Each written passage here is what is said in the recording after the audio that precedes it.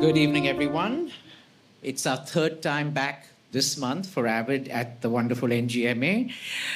Welcome to this special evening, which happens to be a kind of a tradition for us with the NGMA, the annual celebration of International Museum Day. Every year, we are invited by Nidhi and Shruti to curate something special for this day. This also marks our 65th collaboration. In partnership, we have, over the years, created several interesting programs and series with the shared belief that art, architecture, and public discourse belong together. My name is Asad Lalji. I'm the CEO of Avid Learning. At Avid Learning, museums have long been central to our curatorial practice. Over the past 16 years, we've worked with museums through collaborations, public programs, policy platforms focused on curatorial innovation, digital transformation, sustainability, education, and audience engagement in Mumbai, New Delhi, Bangalore, Kochi, and Ahmedabad. This year, the International Council of Museums, ICOM's theme is Museums Uniting a Divided World, feels especially timely at a moment marked by geopolitical tensions, polarized public discourse, and conflict. Museums have an increasingly vital role to play. And what better to tell you more that we have the director of the NGMA, Ms. Nidhi Chaudhary, tell us a few words. Thank you, Nidhi ji. Thank you, Avid Learning. Thank you, Asad. A very happy International Museum Day to one and all. As Asad has already pointed out and mentioned that the theme this year is Uniting the Divided World. And I am sure none of us imagined that the 21st century will take these kind of turns. When we were all growing up, each one of us probably were dreaming of a world wherein the divisions because of race, religion, language, caste, creed, communities, ethnicities will blur. Instead, we are seeing a very polarizing world. And in such times, it is art, it is music, it is dance, it is literature, it is museums, which provide us a place wherein we can all come together irrespective of all these boundaries. And in that sense, I'm very happy to present NGMA for each one of you. I'm very happy that all of you have been coming here over and over again. I have been seeing a lot of familiar faces here. Keep this continued collaboration with the National Gallery of Modern Arts. NGMA came in 1954 in Delhi. And in 1966 in this beautiful building of Kawasji Jahangir Public Hall.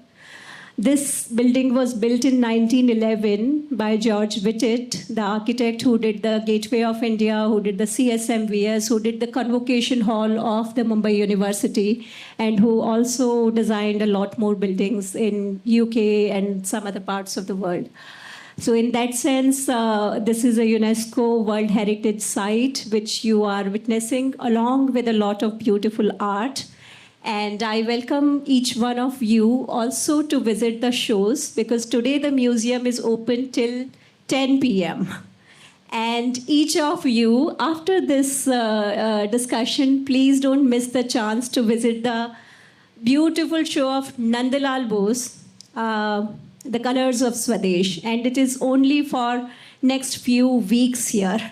It will go back to Delhi. For the first time, the Haripura panel works have come to Mumbai. Please go in the Dome Gallery and see Nandalal Bose's work, done in 1938. 90 years ago, they were done for an Indian National Congress session in a political gathering, and these works were done to create cultural awareness amongst the politically charged people. And look at this history that when India was going through a freedom struggle, even at that point of time, our freedom fighters thought that we need to convert even the political spaces into cultural spaces. And such a beautiful history being shown and presented through the Haripura panel works. He was the one who did 22 artworks in our constitution, and we have displayed that too here in the Nandalal Bose show. So don't miss that. Again, India got freedom in the backdrop of the worst crisis that humanity could witness, the partition of India. People moving from their homes to other home and didn't know what future lay ahead. But even then, our framers of our constitution thought that we are not going to give just a rule book to our people. We also want to give a book of civilizational journey to our people. And there are 22 artworks in our constitution, illustrations, from Indus Valley civilization to Buddhism to Jainism to Mahabharat to Akbar to Guru Gobind Singh to Chhatrapati Shivaji Maharaj. So please see that. And because Subhash Chandra Bose became the president, we have some private collections about Subhash Chandra Bose also as part of that show.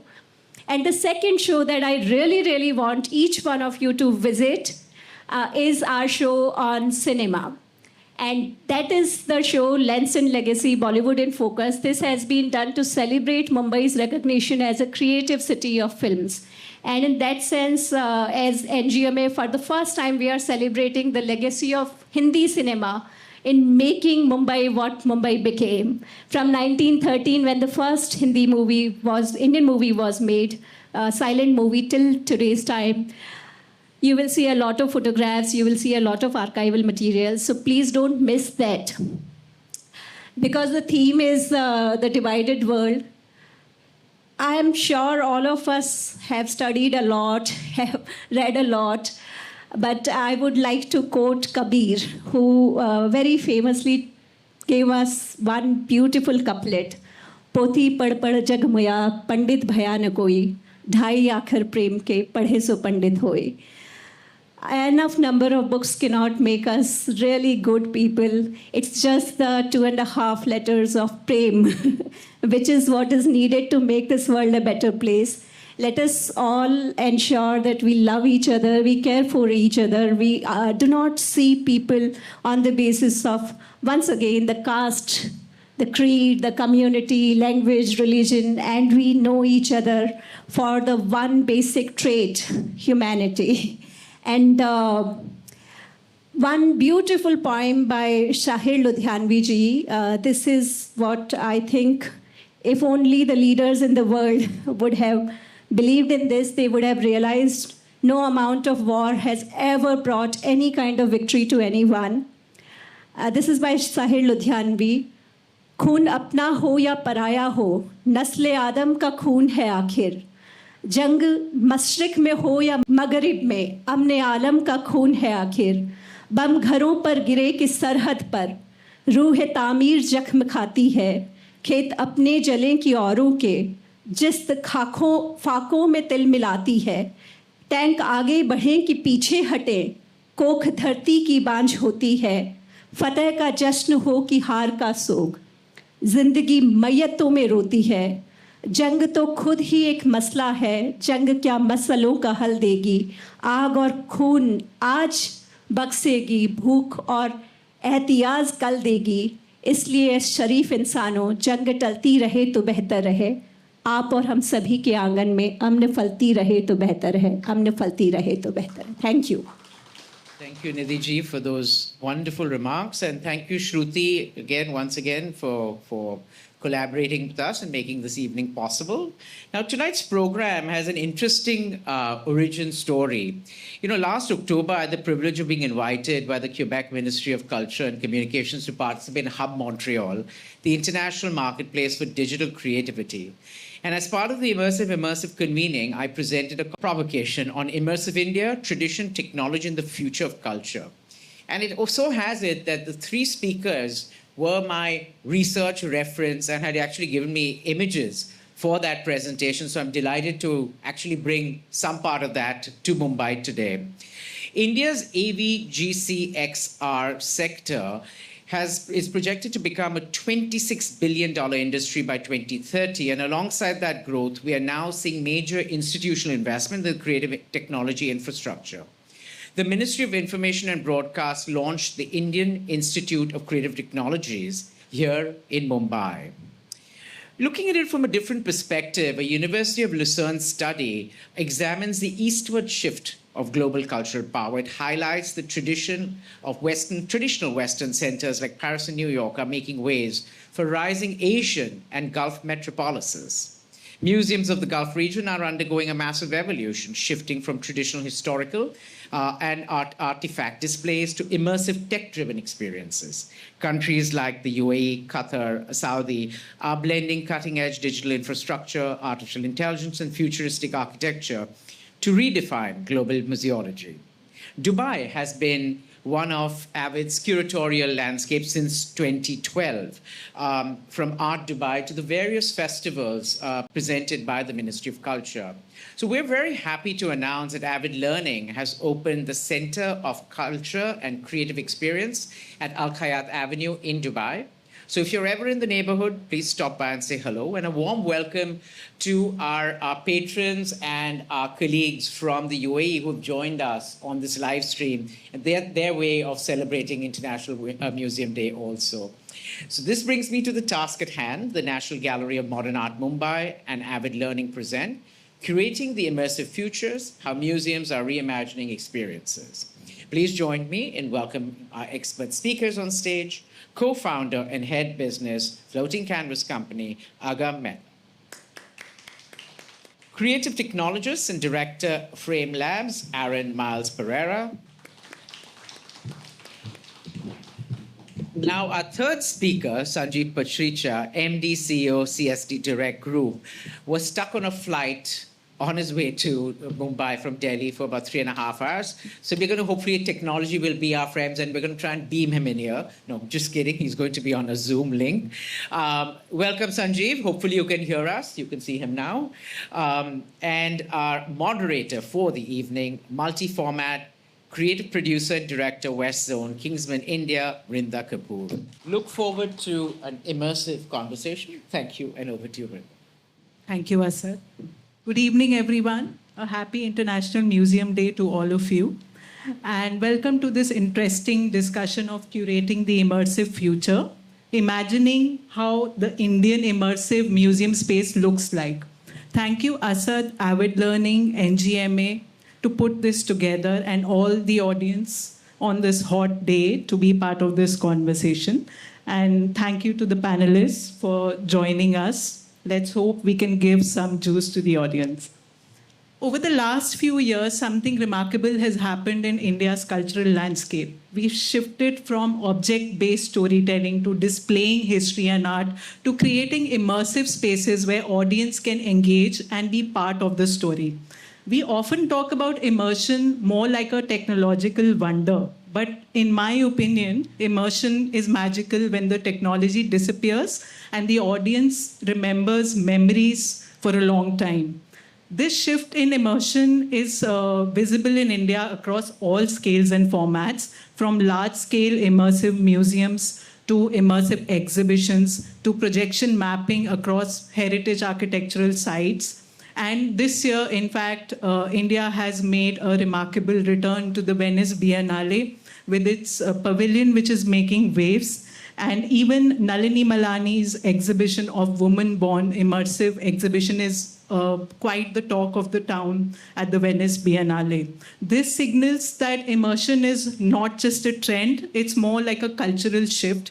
And as people who are behind this industry, we need to think about how technology, space, design can be used to tell stories which live in the audience's mind, traditionally, which was not so much present in India. And that's really the heart of tonight's conversation. We will try to observe that as museums and cultural institutions evolve, how can technology move from being a spectacle to adding value? And what could a uniquely Indian immersive future look like? Thank you. Hello, Sanjeev, can you hear us? All good? Yes, good evening, everybody. Am I audible, Brinda? Yes, yes. So we'll start with brief presentations from the panelists introducing their work. So Agam, please go ahead. Hi, hello everyone. This is Agam from Floating Canvas Company. Thank you, Asad. Thank you, everyone. Thank you, ma'am, for having us here and giving this opportunity. So, as Floating Canvas Company, we founded in 2017. We are at the intersection of art, design, and technology. We ensure that the storytelling or the narrative is at the center, and technology is a part of it to enhance the experience. This is one of the videos that we have that we would like to showcase of the work that we have done in the past.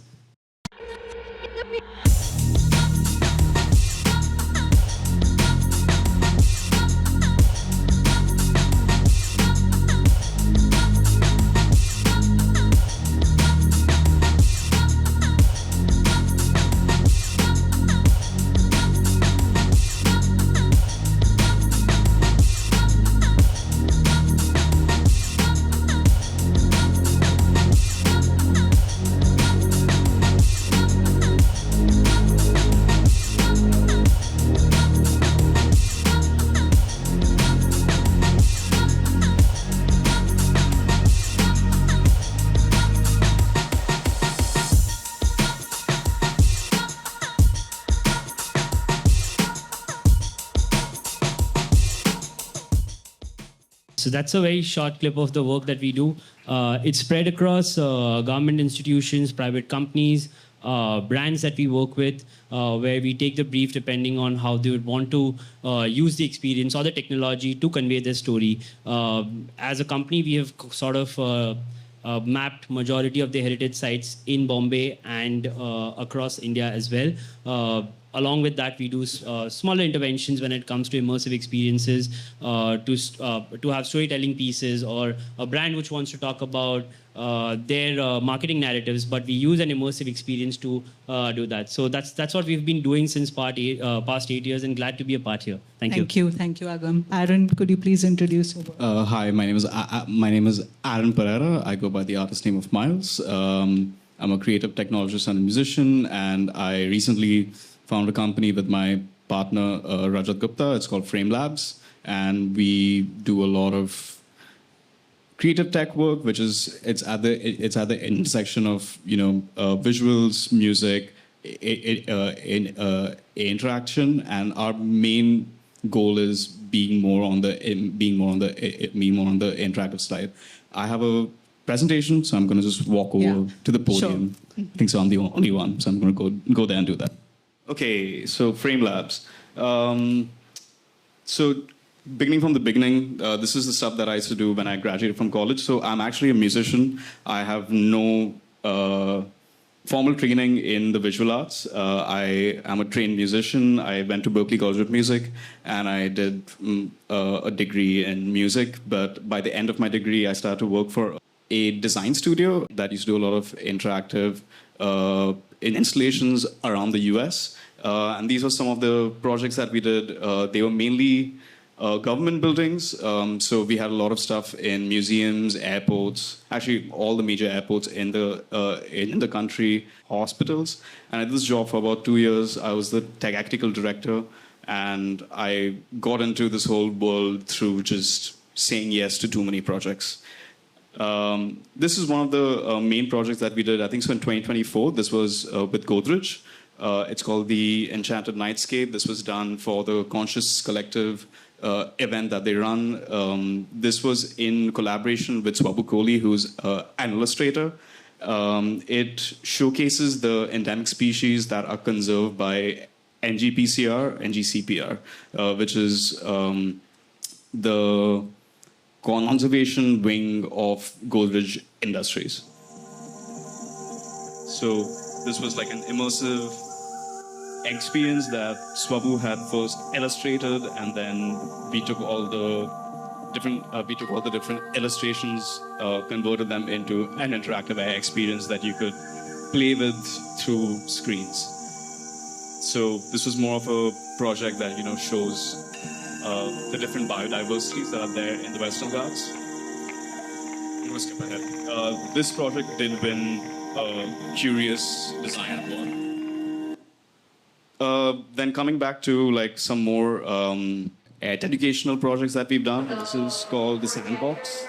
This was done with the University of Chicago Trust, and what we had built was an interactive sandbox that teaches children how pollution and how like terrain changes, how flows of like the rivers work. So this was done with the University of Chicago Trust that did a lot of research on pollutions in the rivers around the NCR region. This was a project that you can see if you take your next flight out from Navi Mumbai Airport. It's called Whispers of the City. This project was mainly documenting spaces in the city that we grew up around, but we see it slowly fading away. So what we've done is we've used this technique called Gaussian splatting, where we go and we take a lot of photos and videos of a space, then we convert that into a 3D model, and then we have a camera that's going through it and exploring the space. And it kind of it's got this like very wispy quality, or almost like it's a dream that you're forgetting that you've been in that space. So we've captured the Dadar flower market, a lot of 3 a.m. trips to the flower market, and we also captured the Sarasoon docks. This is some of my other work. This was a project that we did 2 months back with Anthropic, Claude, for Slingshot Festival, where we created an immersive room that people could come in and interact with it. And Claude, which was the AI in the background, would then take creative calls as to how the music plays in the room, how the visuals change. All the visuals were not made with AI. They were made by artists, and then these were then manipulated by an AI depending on how people moved in the space. So my personal work. This is actually from Overture, which is a show that Agam had programmed. This was one of the first immersive experiences that I had done in the city. This was with my collaborator, Anirudh Mehta. He goes by the Big Fat Minimalist. This was showcased at G5A Black Box 2023. And then it went on to be shown in all major cities of the country, to Australia, Canada, and a few other countries. I'm also a musician, so whenever I get the time, I do perform live again with my collaborator. This is the last work that we did. This was a project with Royal Enfield for a immersive experience for a launch of their bike. So yeah, it's a lot of like different work, and I say yes to a lot of things, which I then regret at times. But I feel like that has been most of my life, where I just say yes to things and then something fun comes out of it.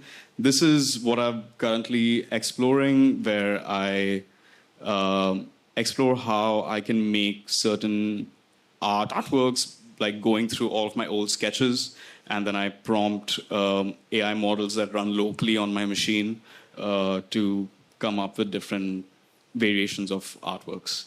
Thanks. Thank you, Aaron. Can we have Sanjeev's video? Good evening, everybody. Unfortunately, because of a technical glitch today, I couldn't make it to Bombay, and I had to the flight had to be grounded. So my apologies. But I think I'll start with wishing everybody an International Museum Day today. Thank you, NGMA, MOC, and Avid Learning to have this conversation. And fairly impressed by Nidhiji's poetic ending on Sahib Ludhianviji. I think that was really amazing, and I think all of us need to give her a round of applause for bringing such a beautiful couplet. As far as we're concerned, we are about a 25-year-old organization. We are a techno-creative company from the word go, and we look at the communication very holistically. We are a design and a build company, which I would like to say that we are one of the only full-service agency in the world of museums and projection mapping shows, which works in the cultural space, trying to align with the vision of the country to kind of have and create magnets for tourism and cultural manifestation. And there's no dearth of culture as far as we're concerned. We more than 5,000 years of legacy, starting earlier than the Harappan culture. And you just turn a stone and there's a beautiful story behind it. And I think that's where I say around the world in museums, we have an unfair advantage. There's so much of depth in our content. There's so many stories. There is so much of legacy that we carry. I don't want to just go on, but I think, Brinda, if you can run a short film, you'll probably explain the kind of projects we've done, and then we can begin.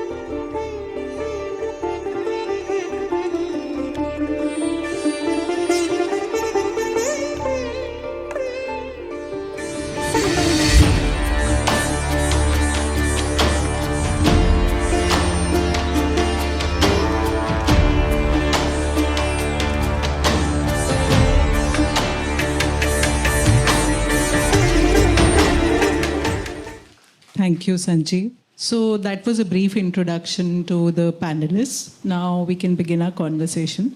So Agam, Floating Canvas has worked on some of the most important architectural sites in terms of projection mapping in Mumbai. I'd refer like the Rajabai Clock Tower or CSMVS. So I want to understand that when you approach a heritage site with such a strong personality, what is the most animating question that you're trying to answer? And how do you sort of ensure that the technology doesn't take away from the personality of the architecture? So at FCC, the first thing, the most important part that we try to always adhere to or stick to is the narrative or the story that we want to really tell through on a heritage site that we are projecting, right? One of the biggest learnings that we had while doing these pieces also was that through projection mapping or through technology, these pieces actually come to life, right? They become a piece of storytelling for people, and it becomes more noticeable after a period of time, right? Some pieces, say for example, Rajabai Tower has been long standing there for the longest of the times. The first time when we did projection mapping on Rajabai Tower, the locals who stay bang opposite Oval Maidan, right? From old to the youngest kid also, they walked up at night and they were sitting there and enjoying. And that's the best part of it, right? So every time when we think of putting up a content piece or we think of doing projection, storytelling is the core where we start from, and technology is just a way of enhancing the experience, right? So it's never that I have a projector and I should start projecting. It's actually that we think of what is the fabric, what are we actually trying to project, try to keeping the integrity in place, and then plan the story and then use the tech that we have. So that's how we at FCC function. So in a way, it makes the memory of the architecture also strong, in your opinion. It does. It does. So, say when I very starkly remember this because this happened. This lady who was around 70, 75, she walked up to the old Maidan and she was standing there with us. And she said that I've always seen this in yellow light, but today so many colors on the structure and the story that you are trying to project. It has come to life, right? And that's the memory that now she has that she's going to live with. So yeah, that's the part. Yeah, it was indeed quite interesting. Aaron, your project Ornithoscope at the India Art Fair, I want to understand, where does something like an ornithoscope begin for you? Like, at what stage do you know a concept is ready for an immersive experience? Got it. I mean, thanks. I actually forgot about that project. So when they had put out the call for projects, I actually wanted to be a completely sound-based project because we have a lot of great visual arts in the country, but I don't see a lot of purely sound art that happens. And I think so. I know why, because we're a very loud country. There's a lot of traffic, so we are auditorily very overstimulated, and then getting it into a room where you might get even more by how you move around. I think so that was maybe that's the reason that we don't really give it too much gravity at this current point. But for me, when that point had reached that it was done, or it is ready now for an immersive experience, I think so I had already planned it as being an immersive immersive experience, where I wanted people to get into the space, close their eyes and just try and hear and explore the different bird sounds that are there in the country from each and every state. And it was really eye-opening. It was really eye-opening experience where you can literally hear the decline in the bird population as you move from 2002 to 2020. So since I'd always imagined it as an immersive experience, I knew from the beginning only, okay, this is how it's going to be. It's going to be a single screen. It's going to be 8 speakers that are there around you, and then as you move through the space, then you figure out how birds have been in us in our ecology, and how they've declined.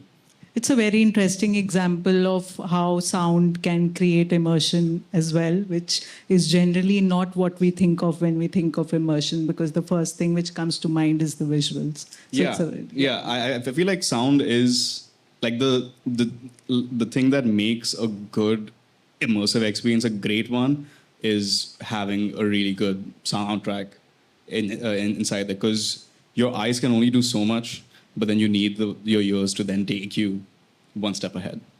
Okay. So Sanjeev, the next question is for you. Of course, CS Direct has delivered some of India's very large-scale immersive museums, like the Pradhan Mantri Museum and the Mahabharat Anubhav Kendra. So I want to understand that how do you see this shift from object-led curation to immersive storytelling in museums in India, especially in the past decade? Yeah. I think the museums in India have really changed, and I think in last decade, and there's a lot of focus on the importance of having museums. Any developed country, a large city like Tokyo and Paris or New York, the average number of museums you have is above 250 to 300 numbers of museums, whereas I think the largest number that we probably have in the city of Delhi or in Mumbai would be about 50. So there's a lot that needs to be done. Just to quickly answer, I think the last decade has completely seen the paradigm shift in terms of how the audience has behaved. We always museums were never taken as a place to go and spend a weekend, take your family out. So a museum are always to compete with a destination like a mall, like a restaurant, a film. So I think it's time to have a relook in terms of how museum attracted and how they got the audience to themselves. So a lot has changed. A lot has kind of been due to the younger audience of the country today, who's more involved in technology, who's more susceptible to the technology that we use today. And hence, a complete transformation is now happening. So museums, from being just the static displays, have now been looked upon as experiential spaces, and rightly so, because I think we have a strong narrative. There's no dearth of the storytelling in the country. I mean, every 100 kilometers, there is a different story, there is a different narrative. So that's what I think is the reason of looking at experiential spaces, and museums have been spearheading that part for the last 1 decade. So, what are some of the developments in the immersive technology with respect to museums, which you think have a lasting future with respect to India? Yeah. So I think before I answer that question, I think, Vrinda, it's important to understand what is the role of technology in a museum. I always feel that the narrative is always on the driving seat. You need to understand what the audience has to go back with. That one sentence needs to be understand what is the one message that the audience has to go back with, and what is the narrative that you want to put across. The technology always and should be, and that's my personal opinion, should be playing this supportive role. First you have to define the narrative and then choose the technology. So it's very difficult to say, listen, what technology would remain constant in museums. There's always a change, and it depends purely on the कहानी के ऊपर बहुत जोर है, क्या बताना चाह रहे हैं, what is the narrative. Say for example, if I had to talk about how Ashoka actually got transformed in the War of Kalinga, then I would use a very strong immersive technology, maybe a 360-degree projections. I would like to use the surround sound, atmos, and stuff like that. So so you get the emotions of that era and what he had gone through while the war was still on. So you get the audience in the middle of that war zone. That's where you emote, and that's where people will connect to the same. But whereas I would probably, if I had to highlight a 2,000-year-old bronze statue and the intricacy of the design and the detail and the work of the artisans 2,000 years back, I would just light it properly and just leave it there for it to tell the story by itself. So the choice of technology, the longevity and the connectivity of the technology will always depend on the story that you need to put across. That's an interesting insight. And definitely, like I mentioned in the opening note, it's when the technology vanishes, we can really create an immersive experience in the true sense. So, Agam, at the Mumbai Light Festival, you have brought some global works to India, like Tundra's Row. So, how was your experience working with international companies, and where do you see the divide in India? Like, what is the gap that India has with respect to the international working culture? So, Mumbai Light Festival was one of the initiatives that we started in 2020 when COVID hit. We didn't know what to do. And the first event was, I think, the Tundra one that we did was in 2022. We were surprised to, when we started Mumbai Light Festival, we reached out to almost the top artists across the world to come and participate and be a part of this light festival, right? It is surprising that India doesn't have a light festival like, say, how there is a Amsterdam Light Festival or a Vivid Sydney that happens. I think we've reached out to majority of them, and to our surprise, everyone wants to come to India and showcase, right? So there's no gap, right? It's just there has to be someone, or in this case, we were the first ones to maybe reach out, and everyone jumped onto the opportunity, and they were like, let's go ahead and make this happen. Now, the tech is available in India. Majority of the tech is available in India. It's just that we have been using it for boring corporate corporate sessions that we have, right? Projection was always there, or LED screens were always there, right? But no one used it the way an artist would look at it, or there was a lack of content creation to be done as per the tech that was there, right? Okay. So that's the major gap that I see, right? When we brought Tundra down here, I think it was one of the best experiences that we had. The guy came with a pen drive. That's it. Everything else was managed in India. We sourced all the tech that they required. In a week's time, he came with a pen drive. He plugged in the pen drive, and the show started running. It was that easy, right? As I said, majority of tech is available in India. There is actually no gap. The gap, I feel, is just where content creation can happen, or someone takes the lead, or there is a person who would want to champion this sort of an initiative. The reason why Mumbai Light Festival did not happen back then, and we've been doing it, it's a self-funded IP that we are trying to build, is from all the savings and the profits that we make as a company. Every year we try to do something and give it back to the city. That's the only way we've been doing this. It's been now 5 years to that. And we try to push at least 1 or 2 interventions that we can do every year. So, in fact, before Van Gogh happened here, we did at G5A, the same place which Aaron was mentioning, we did an immersive experience with Durga Bai, who is a Padma Shri Gond artist, right? We put her artworks on a screen across in an immersive experience, enhanced with, rightly as Aaron mentioned, with vocals and music that they sing while they are painting. So, as I said, tech is available. Is just an initiative that someone has to take. But definitely the festival has grown on the city, and it's become something which the city owns more than, exhibitions which come from outside, and then we are displaying it here. So that was the plan, and I'm glad that we got to hear that today from you as well. And we really hope that we can continue doing what we do at Mumbai Light Festival. The idea is to push our limits and make one of the best light festival that the world can see, and we can host not only Indian artists but international artists also. So yeah, that's the plan. And Aaron, because you are really behind the tech a lot, so how do you balance this, when you're curating an immersive experience? So how do you balance technical complexity along with the emotional resonance which the experience should carry? What is your approach? Got it.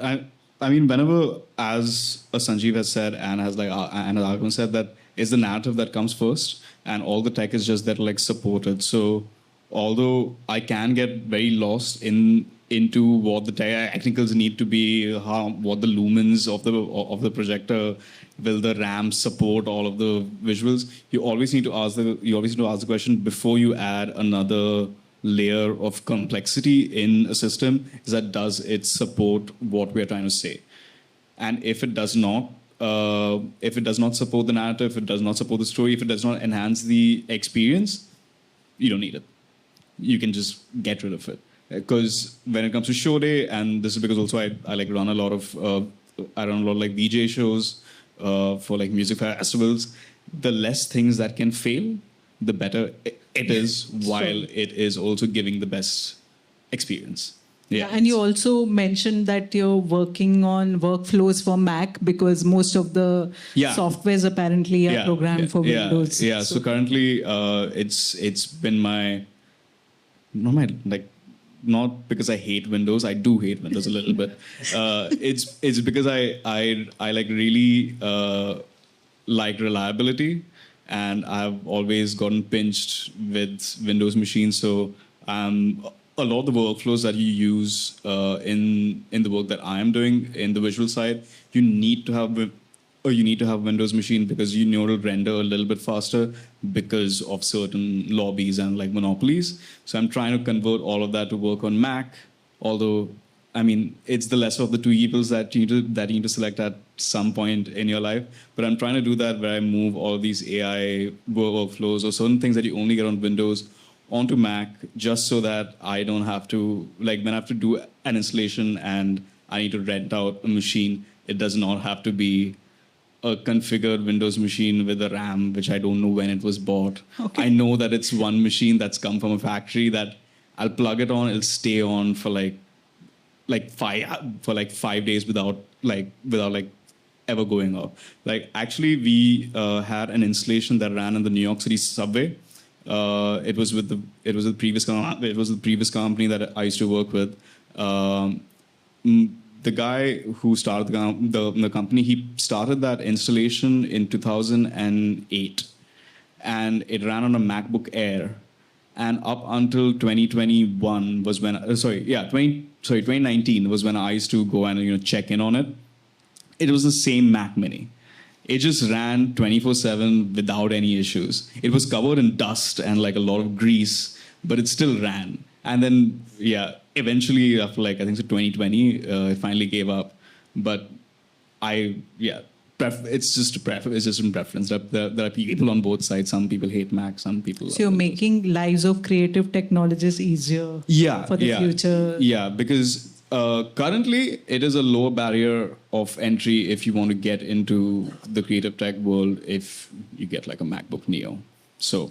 Yeah. Okay, and so Sanjeev, of course, because you have been working on the large-scale museums in India, we also know that we have a distinctive set of constraints, like the regulatory frameworks, the funding structures, the tenders, or maybe the shortage of trained professionals. Although there's a clear push from the government side in terms of initiatives like Jatan or AR/VR, NMMA, where do you see it translating into real change on ground? We can't hear you. I think you're on mute. Okay, sorry. Is it okay now? Yeah. Yeah. So I think there has been a massive shift in how the government has been seeing museums and cultural spaces. So it's a pleasure working with them now on that front. One, I also see there is no dearth of funding. I mean, there is enough funds available. But yes, as the system grows, we have to look at the best practices. So, for example, very clearly the practice of tendering out a techno-creative task or a project using an L1 which is specifically done for supply of material, does not do justice to the quality and the level and the benchmark that the government today expects. Even in the government, as I said, since they're spending money, the expectations have risen. So they're well exposed. They know what's happening around the globe. And the measurement is now on the international level. So a lot of initiatives have been taken by the government on that front. But yes, fundamentally, a few things need to be corrected. One is certainly the way the tendering framework is made out for techno-creative projects. Number two, which is my biggest grudge. I mean, a museum takes about 2 to 3 years to activate from the inception to completion because we do turnkey projects. Sometimes even more. Yeah, sometimes even more. So you have a situation where the secretary or the bureaucrat who started and approved the concept has moved on, and the change has happened about 3 to 4 times. Now that's a very uphill task. And content is subjective, completely subjective. So I think, I don't know if the really government can help us there, but the idea is that there should be continuity in terms of such projects of the senior management. And they should be able to choose the right agencies who and differentiate between, and no offense meant, to the contractors, to the experiential practitioners. I think that's what really needs to be done in terms of, so the way these are tendered out in the system needs to be looked at. The continuity, if possible, of the senior bureaucrats need to be maintained. I don't know if that's possible or not.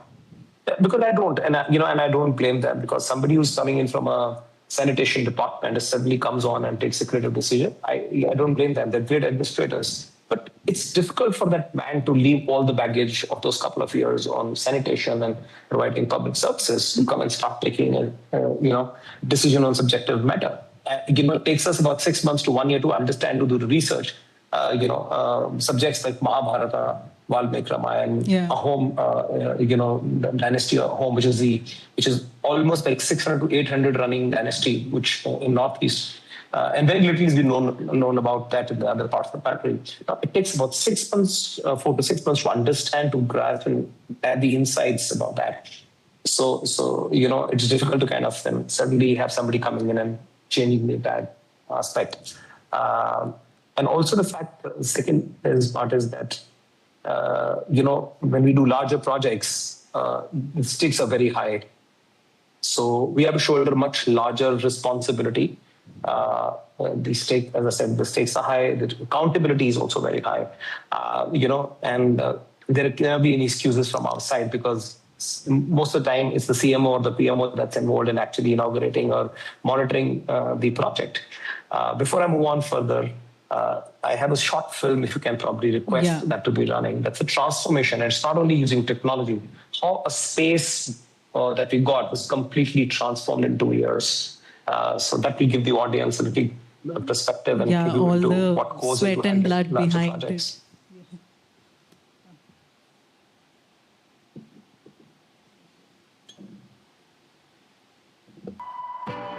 Yeah, this is about one of the largest. It's almost around 23 windows, 150,000 square feet of museum space being curated. So I think the film is running by here.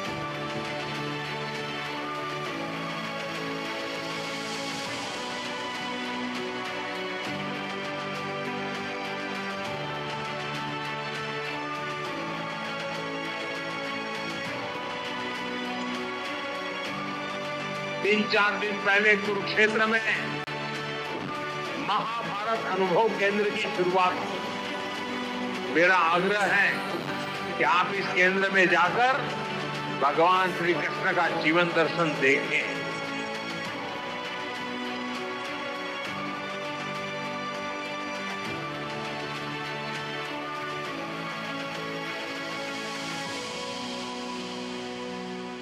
That's quite well done. Just takes me back to the Bihar Museum days 10 years ago, when it was very difficult to find talent to work on such projects. But I think that scenario has completely changed now for India.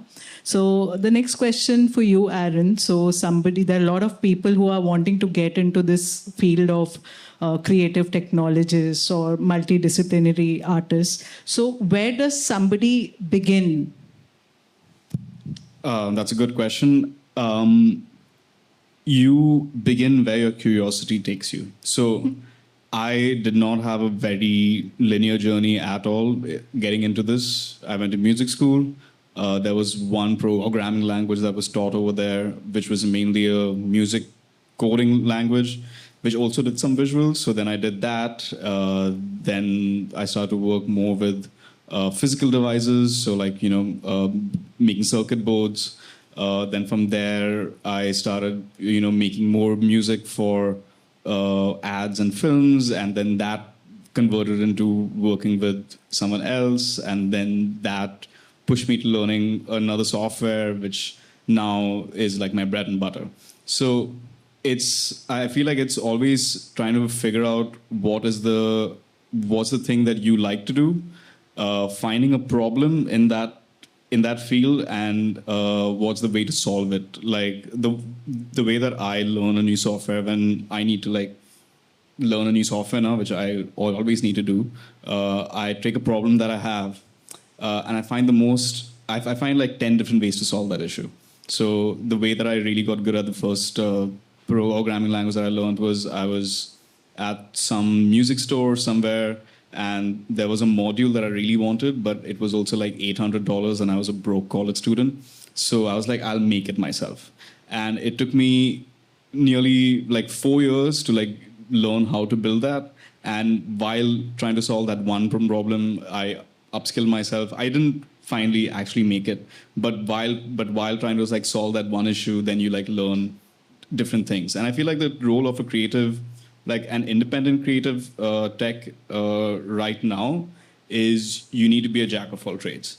Like being like, you can be really good at one thing, but then you're like good at that only one thing, and you'll only be called for that one job. If you're a jack of all trades, like, which I feel at times is like a double-edged sword. At times you can fit in wherever you want, but at times also you don't have enough knowledge of each thing to be a specialist.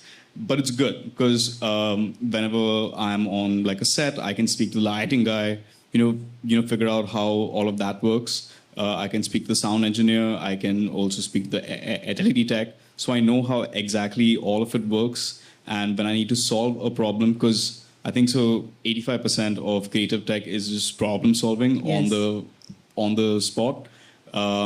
So you get really good at figuring out solutions, and it's just being curious and never stop learning. I feel like if you do stop learning and you're not on the edge of things, then you start to like fall behind. But I feel that also comes like very naturally to me, where I always find problems to solve when I don't have any like commercial work. I'm just like I'm trying to read on new things or figure out a new solution on things. So there's, how can I make my life a little bit easier in my day-to-day life just by making like some tool for myself. So I guess it's finally the time for jack of all trades. Yeah. Well, actually, it's jack of all trades, master of none, but better than master of one. Yeah. Yeah. So that's the technical know-how and curiosity. But Agam, of course, the economics are also into play when we're designing immersive experiences. And definitely for building immersive experiences, the economics are quite precarious. So what do you think will take for India to build that kind of an infrastructure where it can create its own public art IPs, maybe like the Mumbai Light Festival, or create a completely new culture of immersive experiences in terms of economics and infrastructure? I think as discussed earlier, also what's really important at this point is the right awareness, the right SOPs, if they are set from the right stakeholders, right? So say when it comes to the government, if there is a defined role for a creative technologist, right? If there is enough detailing that's done for that person, and there is enough education material that's passed on as well. It's a great initiative currently, as was mentioned early also, that there's a new institution that has now been installed which talks about and which teaches people different softwares, different structures through which these digital interventions can be done. We really need to start from there, right? Because we've done stuff as what we like. Mumbai Light Festival was one of those initiatives. We just started because we wanted a light festival, learned on the way, right? There was no one to tell us that this is right or wrong.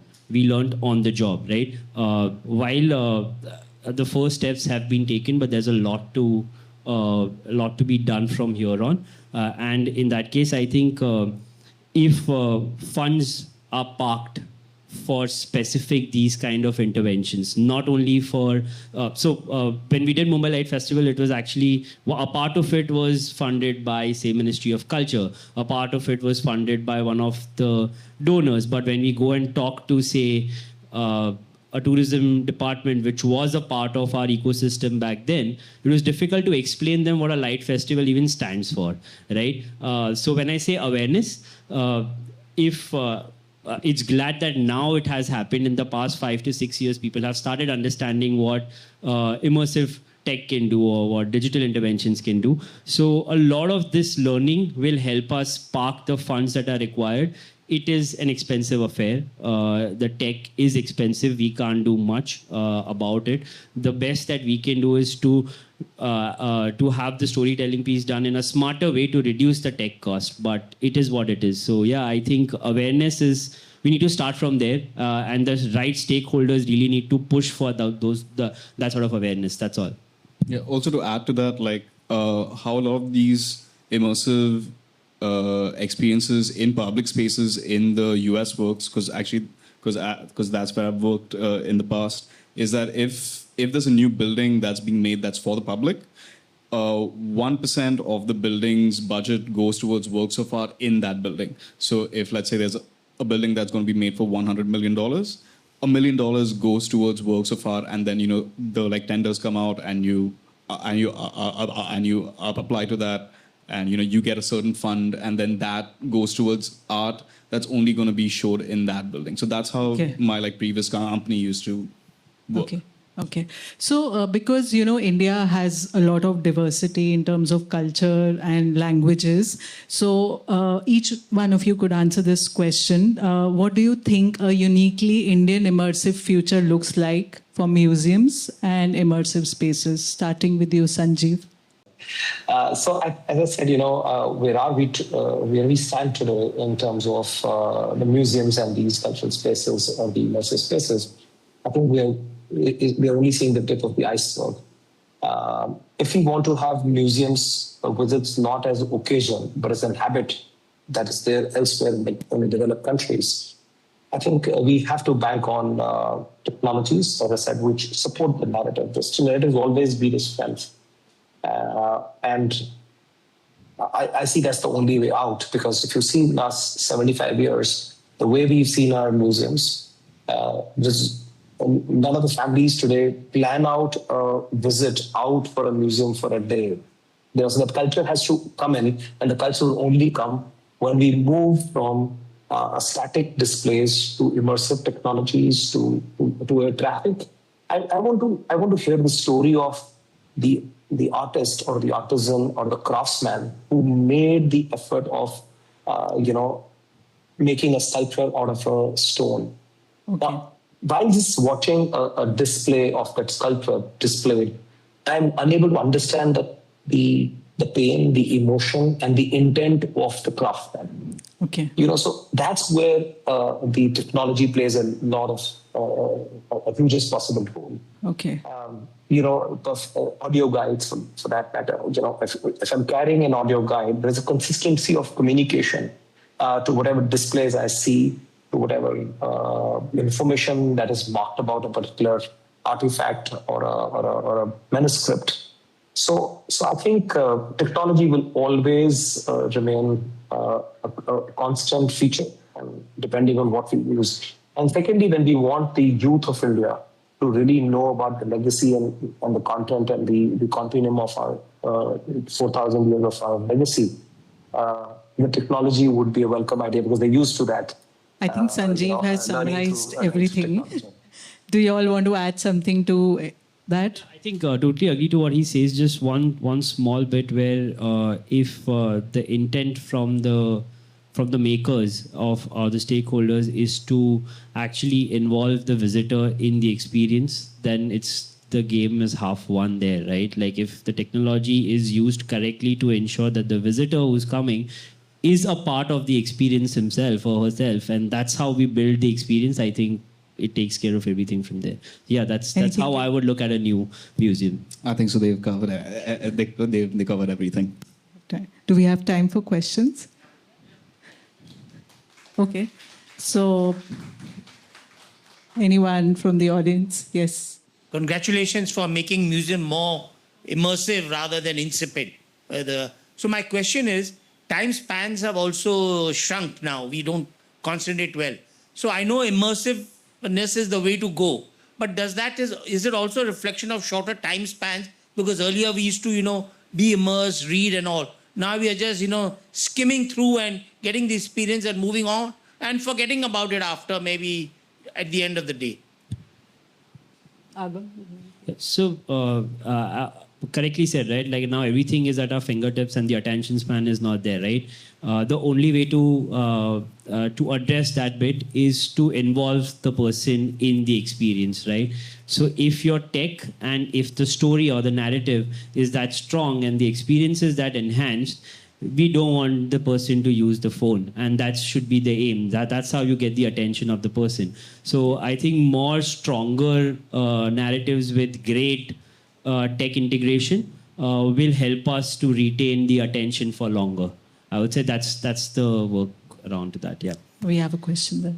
Thank you for a very compelling discussion. You touched a little bit on the skills, but I want to explore that a little bit more. In terms of education, this space clearly is growing, whether you're talking about the technologies, whether you're talking about content creation, and bringing that all together in terms of the opportunity. So is the education system producing what collectively this industry needs? And I'm looking not just at the skills relating to technologies or even content or storytelling skills, but the ability to wrap it together to look at, say, management, the business opportunity, creating new platforms, collaboration, etc. I think Aaron, you. Yeah, I think so. Our current, at least the state board, because that's what I went to SSC. Maybe our state board doesn't really do that, where you need to go out and get some exposure that then makes you a more well-rounded creative tech person. Because I feel like only knowing the tech skills is then you're an operator. You're not really making stuff. So I think so, along with knowing all the technical guidelines and knowing how to make the stuff, you also need to have intent. And I feel like again, I haven't studied in this in the country. Like I did do my college in the country, so I can't speak as to how how they are teaching creative tech here. Although I did go on the website. They have a 2-year course. They have a 6-month course and a 3-month course. Great initiative, and they're teaching they are teaching Unity and all the tech stuff, but they're not really teaching how a story is then told. Like, okay, you learn all the softwares, but then how do you take a guideline, or how do you take a story, and then how do you actually transform that into an immersive experience? So I feel like it needs to be a little bit more, you need some sociology in there. You need to teach a little bit of theater, because the way that creatives learn how that is just we self-learn, where we go and we study films. What I really like doing is I like to study how theater lighting is done, because I think that really informs how what you need to highlight in a story, what you don't need to highlight. So I feel like that part of the creative tech scene needs to be put in, which is not there. The business side, I think so, that you learn on the job, and you just learn by getting burned a little bit. Yeah. And I feel like business is also a thing. If you have it, you have it. If you don't, you don't. I don't think so I'm a great business person, because if a client asks for too many changes, I then stop asking for money. I just get it done. I just want to leave. I just don't want to do this project anymore. But if I was a better business person, I would squeeze them for more money. So I feel like that's just business acumen. But again, I feel like that should also be part of it. How do you go through a tender with the government? I had to learn that by myself. How do you go through service? How do you go through service agreements? How does IP law work in the country? It's non-existent, but yeah, we have it. How does all of that work? So I feel like because creative tech is such a wide thing. You can be doing so many different parts inside it. So I feel like a more holistic approach to creative storytelling is what should be done. It's pretty much like being a director of a film. You just have to know everything, including the commerce. Yeah. So, Brinda, I'd like to add on here, if I sure. have the permission. I think it's a very, very pertinent question that was put up. So it's not just about the creative learning in a museum or a cultural space. but ultimately it's the management and the business of cultural spaces that we need to also educate ourselves. How is a cultural space or a museum becoming financially sustainable? How is it being managed? How can we get sponsorships for that? How do we market to the international audience? How do we get the international tourists that are coming into? They become a part of the itinerary. The museums become part of their itinerary.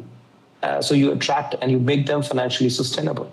So I think some initiatives have been taken on the creative technology part of it for education, but a lot needs to be done because yes, I can see that there's a huge focus and museums are here to stay and grow.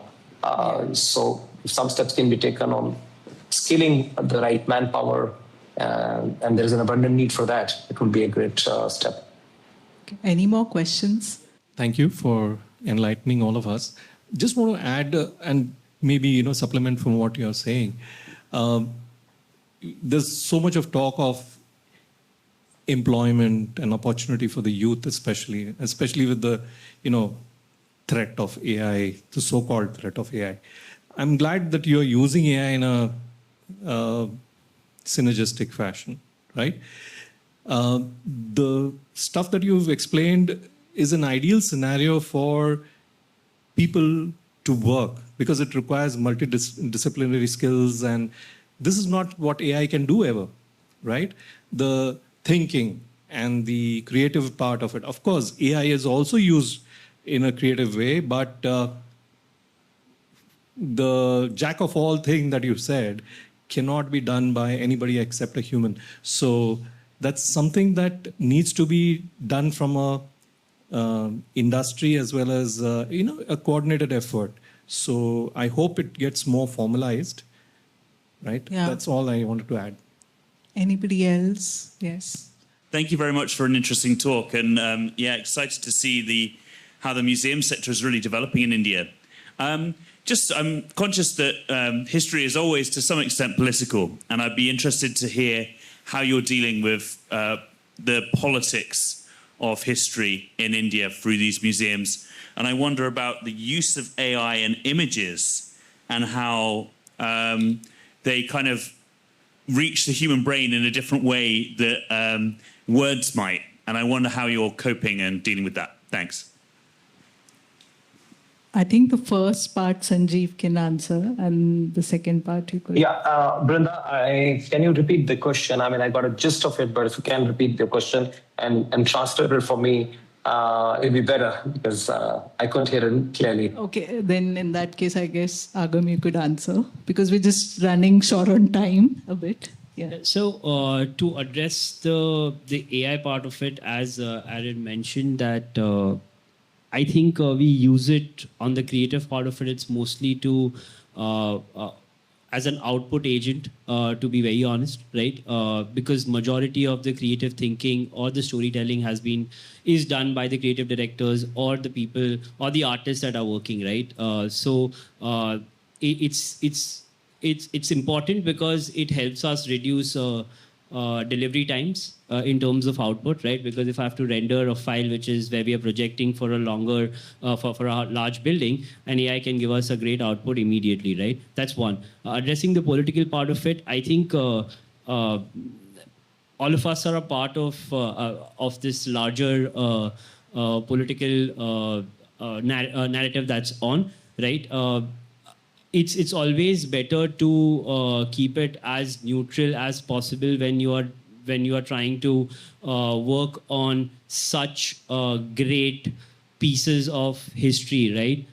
Because it's actually when I look at a CSMVS museum or a Rajabai, is from every intervention that we make, we want to make it as a memory rather than a statement, right? And that's where we stand as a company every time we try to do an immersive or a projection mapping experience, because it's lost in the city currently, right? Like people don't end up seeing these heritage sites. So how do we try to make it as a part of their memory? And our aim is to just make them have fun when looking at these pieces. And that's the brief to the artist as well, right? That if you're looking at this piece, look at a one-time shot that you are getting to project on such a heritage site, how can you make that look beautiful? So, and I think most of the artists are very happy to do that rather than taking a political stand on a piece of history. So yeah, that's where that's how we tackle it, and that's in my personal opinion. So, Brinda, just to add on what my co-panelists just talked about, I think the authenticity is a very big concern, and especially when you're narrating the history, you cannot take a chance. And sometimes, if I understood the question correctly, I mean, you need to really keep all the stakeholders in mind, and also the topical situation at the point of time. What is the local flavor? What is the accepted norms of the history manifestation? So you have to keep all the stakeholders in mind and keep them. You have to have the buy-in from all the stakeholders. Number two, how AI helped us. I'll give you an example. We were doing a museum on homes. Now, homes came in from the northeastern side of the country, which is some part of Myanmar and China, 800 years back. Now, the features are different from the other northeastern states. And it is such a sensitive issue. And we used AI multiple times till the time we perfected and got an approval on each and every facial feature. So yes, AI, if used effectively, I totally agree, will reduce the time of delivery. But authenticity in narrating the history cannot be compromised. I mean, this is the most sensitive part in curating of museums, because you're telling the history, and there can be a politics that can be involved. So you have to be very, very clear about enough research is done, enough work goes into this, and you have to be true to the subject and to the narrative and to the visuals. Yeah. Thank you, Sanjeev. So just summing up the discussion, I think there's a lot of excitement around the Indian immersive future with respect to museums and cultural institutions. But definitely one thing that stood out was that the narrative and story define it much more than the technology. And instead of simply copying the West, I think India has an opportunity of crafting its own unique immersive language because of being so rich in its culture and diversity. So thank you all the panelists for joining us, and the audience for being so patient. Thank you, Vrinda. And also we have the world's largest population, so Yes. we have numbers. But honestly, thank you for this wonderful discussion. You know, we used to do a lot of talks on creative tourism, looking at museums as a muse, and which is a proven factor everywhere in the world. And as long as there's the creative economy is supported by whatever we do, it will thrive and accelerate. Thank you to Agam, Aaron, and Sanjeev for patiently sitting behind and joining us. Sorry you weren't here in person. And thank you, Vrinda, for steering this conversation so brilliantly. And to our partners, Shruti and Nidhi for hosting us today. We have to think now, what will this conversation be next year for International Museum Day? Immersive 2.0. No, I'm just kidding. Lastly, thank you to our audiences for being here in such large numbers, and to our guests who are on our live stream. We have one more program in May. It's at the Opera House on the 24th, Kawali Ke Sham. But we're taking this immersive theme forward. Next month, we begin a new avatar of our art into AI series. On the 3rd of June, we bring you the inaugural episode in this new series, the Future Filmmaking and TV series, Microdramas and AI. And that will be at the Akara Contemporary Gallery just down the road from here, as we decode how new technologies and emerging formats are disrupting the future of screen entertainment. To find out more, as I always joke, just stalk us on Instagram or check out our website. Thank you all for being here once again, and happy International Museum Day to all of you. Thank you. Okay.